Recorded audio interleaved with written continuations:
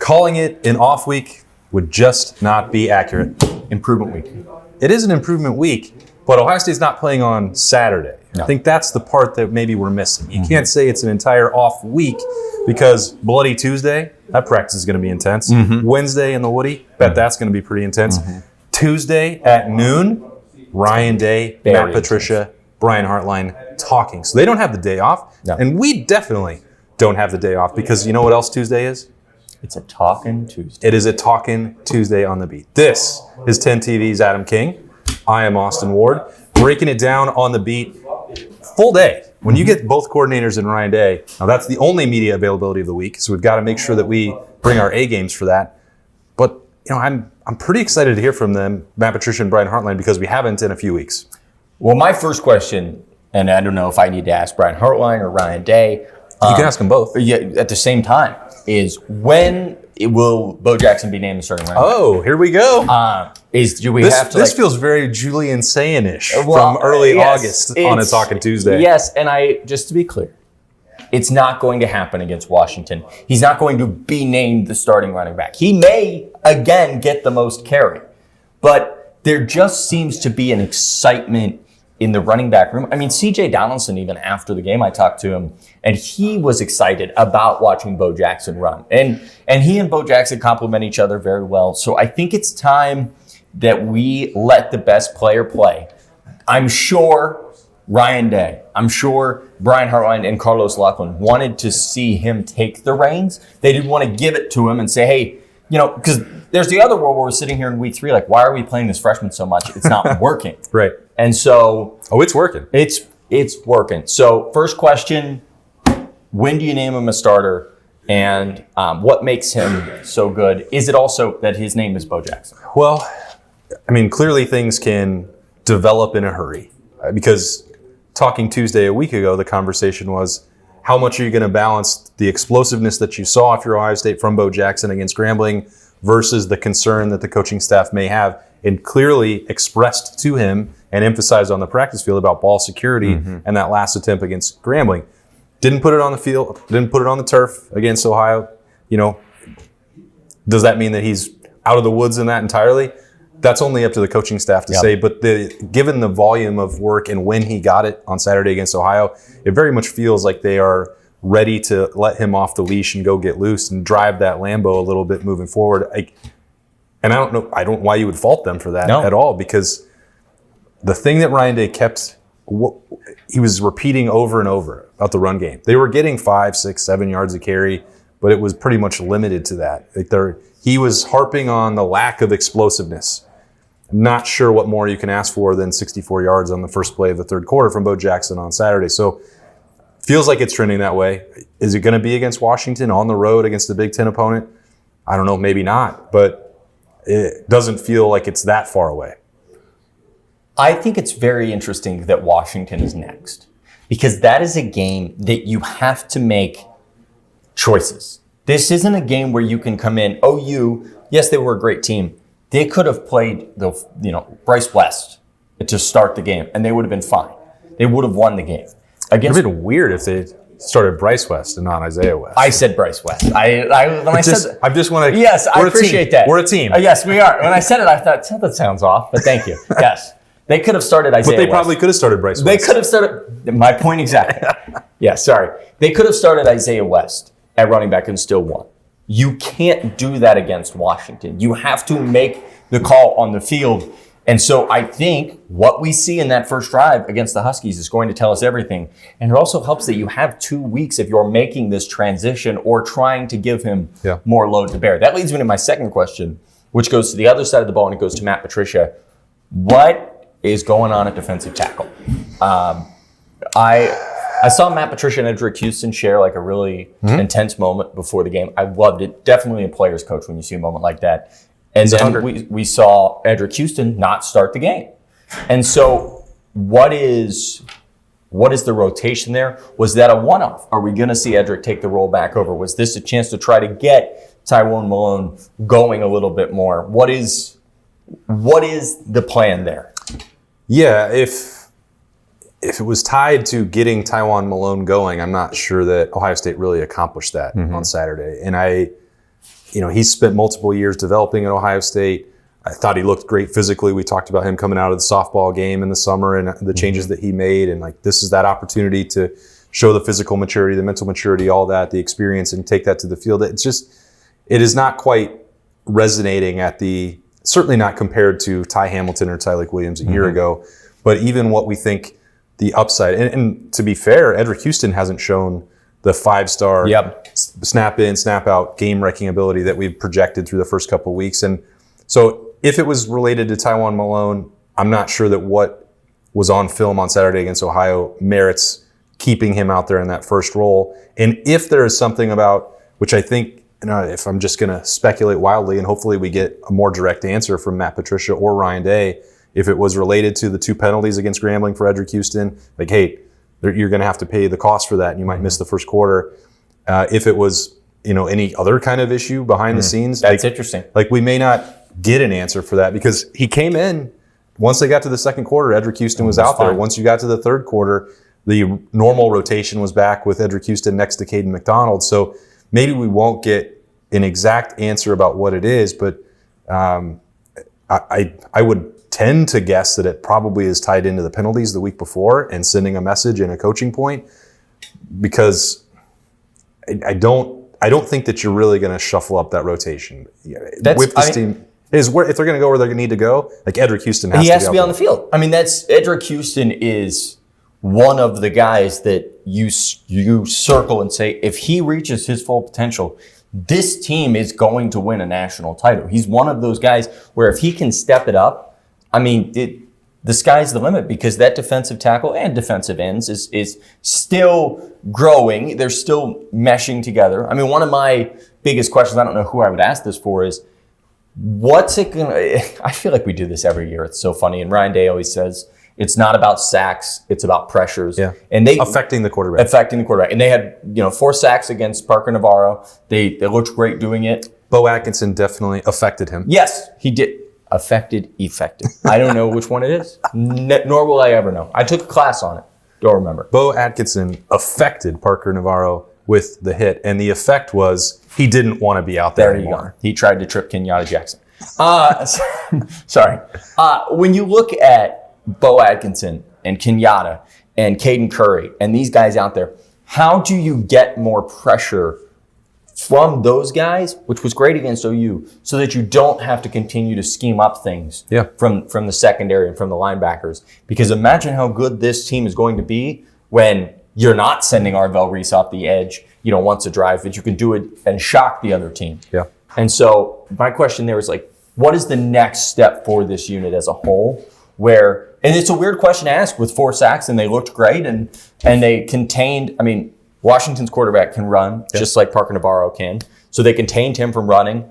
But I need to see that next step from them as a unit, as a whole. And that includes Edric Houston, includes Malone. So we'll see how that all plays out. Yeah, they need some production from that spot. And I think you include Edric Houston and Tywone Malone together there. I don't think that either one of them have had the impact that Ohio State would be looking for through 3 games. So that's going to have to get better as you get through the Big Ten slate.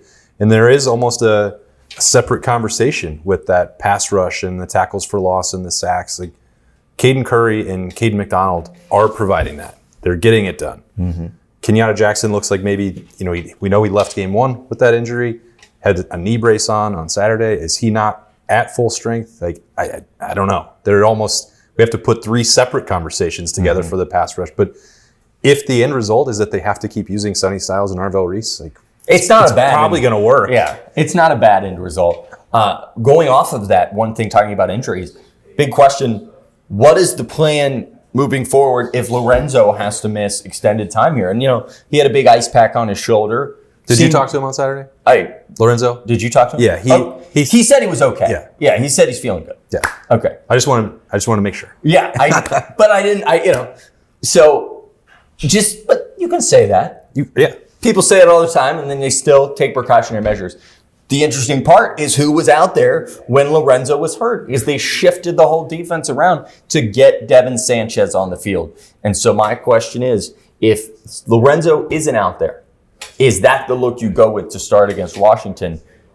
And even if Lorenzo is out there, is that how close Devin is to getting on this field week in and week out, that you're shifting guys around to get him on the field because you feel that that's stronger for your defense? It's a great question, and it's an important question for Matt Patricia because primarily we are seeing Ohio State operate with that nickel look being their base group. So, I wasn't expecting that would be the solution. When Lorenzo came out, that Jermaine Matthews would go into the nickel, play in the slot, and Devin Sanchez would move out to the outside corner. We talked about it a lot over the summer and coming out of spring because when they rotated, and it felt like the practices we saw were about 50-50. When Lorenzo Styles came out, Jermaine Matthews moved into the nickel spot, and Aaron Scott played at outside corner and thought, that's probably the solution here. Maybe Bryce West is make a push here to play. Maybe Miles Lockhart. Could be a combination of Malik Hartford or Jalen McClain. That was the offseason conversation. Clearly, Jalen McClain has solidified himself in that safety spot, and you're not going to move him around. But then you got into a game, and the thing that they trusted most, and that game was not over when Lorenzo Styles got injured. It was a fourth down play that was massive. Yeah, it was still a pivotal part, and it was not the blowout that it finally became there in the fourth quarter. Jermaine moves in there, and Devin Sanchez is on the field. So, that wasn't just, I don't think, experiment or just Devin's here, let's try this as the first thing available. Now they have a week and a half to practice, and maybe Aaron Scott, Bryce West, some combination presents as a better or another option perhaps by the time you get to Washington. But I think the indication is that Lorenzo Styles is going to be healthy enough to go out there with especially no game on Saturday, extra time to recover. But it's definitely relevant because that's the first look we've seen at, okay, what would be the backup option for Ohio State? Because, again, going back to Texas, and even throughout this preseason slate, if we're going to call it that, with Ohio and Grambling, they didn't rotate at all against Texas in the secondary. Lorenzo Styles took every snap. You had Jermaine Matthews taking every defensive snap. Davison Igbinosun, same thing. We didn't have a glimpse at it. And then when they started rotating more, it was almost more wholesale changes in the following game against Grambling. And now we know this was a pivotal moment of the game. Jermaine's going in there to nickel, and Devin Sanchez is on the field. That's significant. It's massive. And kudos to Devin Sanchez, because the one thing that I have been beyond impressed with at Ohio State, and you know what, kudos to Ryan Day and the coaching staff, is that they are no longer allowing the term freshman to impact whether you can make an impact on the field. And I feel like in college football that's changed a lot, but especially right now at Ohio State, if you are good enough to get on the field, you're going to play at Ohio State. Freshman, sophomore, junior, senior, doesn't matter who's in front of you, unless they're just better than you or have been playing for 3 straight years and getting ready for their senior season. Going to the other side. I think I should just let you do the entire. I think as a beat, we should just let you run it because I've agreed with every question. Well, that's so good. Tuesday is going to be a showcase for you. Thank you. I'm so excited. Get one of those. That's a good question. That's my dream. You get one of those. That's a good question. You just write it down. Does it feel good? You take a selfie. That's where I was. I have known coaches who've said it facetiously, though, so you have to be careful. Oh. Got to think back. But that's not the case right here. I got to think back on a lot of things. Yeah. Maybe my question about how important is the crowd wasn't as good as I thought it was. Great question. Yeah, really great question. Phenomenal. All right, my other question, then I go to the offense, and we get Brian Hartline. We haven't talked to him in a while. He's been up in the booth. He has been. What has it been like for him up in the booth? I bet he's going to be so excited for you to ask that. Yeah, I bet it's going to be the 800th question. But I don't actually care about, somebody said the other day, it's like playing a video game. I care about what's it been like to not be involved on a play-to-play basis with the rotation of the wide receivers. Right. Because... What rotation? Yeah, exactly. Thank you. It's how much has that impacted the rotation? If he was down on the sideline, I just feel like we would see more of a mile and go. And we're not. We're seeing Brandon, we're seeing Jeremiah and Cornell. We've talked a lot that you don't want to take those guys off the field. But there is some concern about the fact that we haven't seen Mylan Graham. We haven't seen Quincy Porter. We haven't seen any of these guys. There's too many tight ends. It's too many tight ends. Keenan Bailey's winning the fight. I know. And it's not a bad problem to have. But I am wondering if him not being down there, because he is a guy that likes to rotate him. And we hear them talk so much about how important rotation is in a 16-game season. Yeah. I just wonder if being up there, he's so locked in on the play calling, which is good. His play calling's been good. I thought people were frustrated with the red zone play calling against Ohio. I don't know why. There were missed opportunities. There was guys running wide open. The call to C.J. Donaldson on the first drive, perfect, wide open. The call for Brandon Ennis on wide the second quarter drive, wide open. Yeah, the calls were there was nothing wrong. It was just missed first reads. But I do wonder if that's been the biggest shift for him. Is he's just really not involved with the wide receiver in the game, and how has that changed? I know that it's a different scope. That question's going to be asked, but. Yeah, has that impacted rotation? And I think we talked about this a few weeks ago as well, especially going into the Texas game. Like, the temptation to just want to play Jeremiah Smith and Carnell Tate is like, I don't know how you're supposed to fight that. Like, they're so good, and when the game is hanging in the balance, the last thing you want to do is see number 4 on the sideline. It has been interesting that. Walk-on or former walk-on. I don't know if David Adolph's been given a scholarship or not. Guess we'll have to clarify that. Like he's had a fair number of opportunities to go in the game and do some run blocking, and he's often going in for Jeremiah Smith as a not like for like substitution. They don't very similar. They don't do the same thing. But I think that's interesting because they're using Adolph in places where you could potentially have Bryson Rogers or Mylan Graham or Quincy Porter or anybody else to go out there and do that, but they're not. They're choosing a different path, and then you're also seeing a ton of, as we mentioned, that tight end 12, 13, 14 personnel that they've been using so much. Like that also is coming at the expense of some of that wide receiver rotation. So there's a bunch of factors at play here, and I don't even think we are bringing it up as a nitpick. Like, why aren't you playing more wide receivers? It's just an interesting question. It's just the way that they've decided to build this offense. And I'm not upset about it. I wouldn't want to take those 3 guys off the field. Yeah. I just wonder if it's 2 things colliding to equal that. I wonder if it's these 3 guys are really good and he's up in the box. And so together it's just like, all right, let's just let them run. Let's not mess with you. If it ain't broke, don't fix it. My other question is, and I don't know if Ryan Day would admit this, but I think aside from the throw against Grambling in the end zone, I think we can all agree. The only throw that didn't get completed, although it did get caught. It was completed. Yes, to the wrong team. The throw when he was getting sacked, where you just have to take the sack. I don't know that I would have thought Julian Sayin start would look this good. And so I wonder if Ryan himself is pretty surprised at just how, kind of, we joked a couple weeks ago about the Maroon 5 vibe, and just how fluid he is out there. And Ryan used the word command and consistent all offseason. Yep. Julian is in command of this offense. And Julian is incredibly consistent right now out there. His worst struggles were missing guys on the reads there against OU. Yeah. And I thought in that moment, boy, if this is the worst, I mean, he threw for 300 yards. If this is what we're upset about, you're having a pretty good day. His deep balls looked great. He looks in command. He looks comfortable. Even against Texas, I know it's a couple games ago now, but like, there's just this vibe that like he is the right guy for the job. Yeah. I get my lie detector Ryan Day question. Mm-hmm. Ryan, did you think you'd be sitting here in the bye week feeling this good about Julian Sayin? Yeah, I don't. I think he might answer that anyway. I think he would say no. Yeah. I think this has been, and he, I think, was pretty transparent about that coming out of the Texas game, that they were not prepared for him to be as game ready as he was in that game. I don't think that was lip service. There's no benefit to selling it that way, because basically he's talking about himself and Brian Hartline and Billy Fester. Like, what? Because he mentioned that throughout camp. You make assumptions about your team and then you build a game plan accordingly, and then you find out if those are correct or incorrect.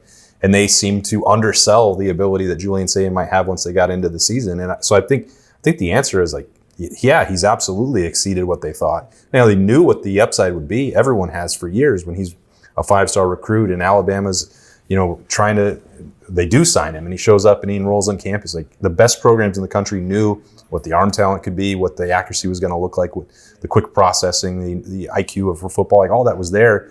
But then to go out and do it as quickly and at the level that he has through 3 games, and like, there's a test in a week and a half at Washington on the road. That's going to be the first time he's dealt with all that stuff. But boy, would I be surprised if he's fazed by that, because there's nothing so far that suggests that he would be.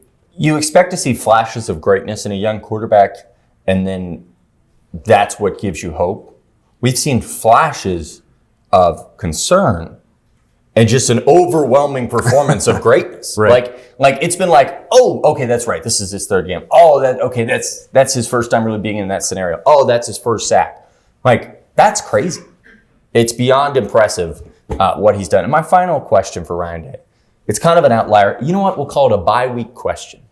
Awfully. Did you see, improvement week question, did you see Brian Kelly and his rant at a reporter? Sure did. In LSU. And how the reporter, he needed to appreciate the fact that LSU had just beaten Florida by X amount. I want to ask Ryan Day, I think he called the reporter spoiled, which is a bold move okay. Do you ever feel that Ohio State as an entity is spoiled and that we all need just to take a deep breath? And I know he will never give that answer, but this is talking. I wish you a lot of good fortune asking this question. Because I feel like it's got to be true. Like how Brian Hartline handled that, or I'm sorry, how Brian Hartline didn't. How Brian Kelly. You need to be careful, my friend. Yes, how Brian Kelly answered that question was terrible. But how I would imagine, like, it's a good point. Like, they just beat Florida, and the first question was like, why is the run game terrible? And that's what I feel like it is for Ryan Day, week in and week out. It's exhausting. And so, they beat OU, and the first question is like, boy, that red zone. They only won by 28. And it's because the red zone did struggle. But I do wonder if there are times when Ryan Day would watch that video and be like, all right, it's a little much. Gosh, I wonder if that thin skin might have anything to do with the fact that Brian Kelly isn't winning national championships. I would agree. Flying Notre Dame. I mean, that's... The first comment I saw on Twitter said, imagine him at Ohio State. It would not work. I don't, wouldn't do Ryan Day any good to address that. No, and this is a hypothetical talking Tuesday. 100%. No, I agree with you. I understand why you bring it up as well, because we hyperfixate on the things that don't go close to perfect for Ohio State. I mean, this is the biggest program, the reigning national champions, largest, most passionate fan base. And we, on this show, we talk about Ohio State football every day of the year. Yeah. So that doesn't exist. And they only play a scheduled 12 days a year. So all of that being said, there is a lot of, negatives that are focused on more than some of the positives. I think I definitely can be guilty of taking for granted some of the overwhelming positives and then looking at the way that they could get closer to perfection. That's also the standard that they set in the Woody for themselves. The standard is the standard. And I think when you tie all that together, it is why it takes such a special set of skills and personality to be the head coach at Ohio State. And the thing that you must have more than anything else is truly thick skin. And I think, Jim Tressel had that. Urban Meyer absolutely had that. And Ryan Day has proven that he's got that. It doesn't mean that he's unaware of the criticism or, certainly what happened and the things that you have to deal with in his personal life when you don't beat Michigan. But that could have easily caused anyone, human nature, to retreat and back off and lash out, and that didn't happen. And look at what happened because he didn't. There's a national championship trophy for that. So he's not going to say what Brian Kelly did, but Brian Kelly is an idiot. Well, I actually think you led me to a question that could be perfectly crafted there. And it is, Ryan, do you believe that this program has a continued standard of excellence because you guys are perfectly okay with the conversation being after a loss, the things you did, or after a win, the things you did wrong? I don't believe that we can ever be as critical about the red zone or the running game or the pass rush as they are in that building. Yeah, and I think that's probably... And if they weren't, they wouldn't be winning the games that they have. You kind of nailed it in your explanation there. I think that is what makes Ohio State unique, is that you walk in there and you say, boy, there were some red zone struggles. Ryan Day wins by 28 points and he's frustrated, he's angry. And I just think that is a different mindset, and it's a beautiful thing to watch. And that's why I'll want to ask about when Ethan Onyanwa is going to play right guard on a more permanent basis. Because I feel like when you look at this, you're talking about the defensive tackles. I think that's an ongoing issue. It's happened twice now that they've taken Tegra Shabola out at right guard, had the 2 penalties, they yanked him out. I think the offenses look pretty productive with Onyanwa out there. So, do you think it's still a transition thing for him? I'd like to know what it is. Because there's no world where he's not out there if he's not a transfer, if that makes sense. And I think Ryan Day was willing to talk about that with Max Clare at this time a week ago. The difficulty of practicing against Ohio State and meeting that standard, play in, play out, game in, game out, Tuesday, Wednesday, Thursday, that Max Clare had maybe struggled with that a little bit in August and carrying that over into the season, and then you're coming out the other side. That I don't know for sure that that's the case with Ethan Onyanwa. And also Tegra Shabola has played a ton of football at Ohio State and won a national championship and was a key part of that offensive line a year ago. So I'm very curious about what the answer is for both players, because that protection and the run blocking at right guard has to be really good, because you are still, if Bo Jackson is out there, then you're blocking for a true freshman running back, and your quarterback is going to be in his 4th start of his career on the road against Washington, an incredibly hostile, incredibly loud place. So you need to make sure that offensive line is the best 5. And just from the outside, it doesn't seem like that's the case right now, but clearly their decision is going to trump anything. And why is that what they feel most comfortable with? Is it because of Tegra, or is it because of Ethan, or some combination of both? Probably is the answer. But where does it lie, and how will it play out in the weeks ahead? Because that's one of the only spots I think on this roster where you can look at it and be like, I don't know that is truly settled yet. Yeah, that's a good point. So we'll see. And it's a big week of practice for them to sort that out. They had to figure a lot of things out. You've got a bloody Tuesday. You've got a Wednesday practice, and these critical press conference opportunities for Ryan Day, Brian Hartline, and Matt Patricia. 10 TV, 97.1 The Fan will both be there for full coverage. Full coverage. We'll have snap judgments with Berm afterwards on Tuesday. No snap judgments on Wednesday because there's nothing to snap. No there are no snaps. No media availability that day. And we won't even be able to talk to Adam because he's taking a true off week and he's getting out of here. I am taking an improvement week. I was just thinking I might send a video to you with 3 questions so that you can have it for talking. That sounds wonderful. Yeah. From where? I can't answer that question. Okay. I don't want the fan. It's the fans that become a problem. Like, I'm trying to enjoy and I've got all the autographs. I'm like, no, I get it. I understand. And then I sign one. You're that guy from The Notebook. Yes, that's exactly. That's what they say. That is, yeah. That's what they say. It'd be great if we could get to that point, though. Some guy came up to me like last week and he's like, hey, Adam, you remember me? I'm the one that watches Austin all the time. I'm like, yeah, I remember you. He's like, yeah, I love you on The Notebook. I'm like, love it. If you can reach one person, then you've accomplished something. You can change one life. That's right. Then you can change the world.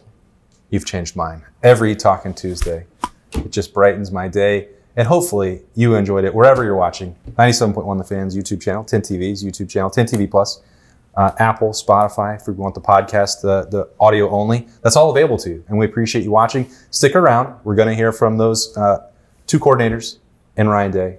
And then we're going to talk about it so much more throughout this off week for the Buckeyes. He is Adam King. I'm Austin Ward. We'll talk to you later.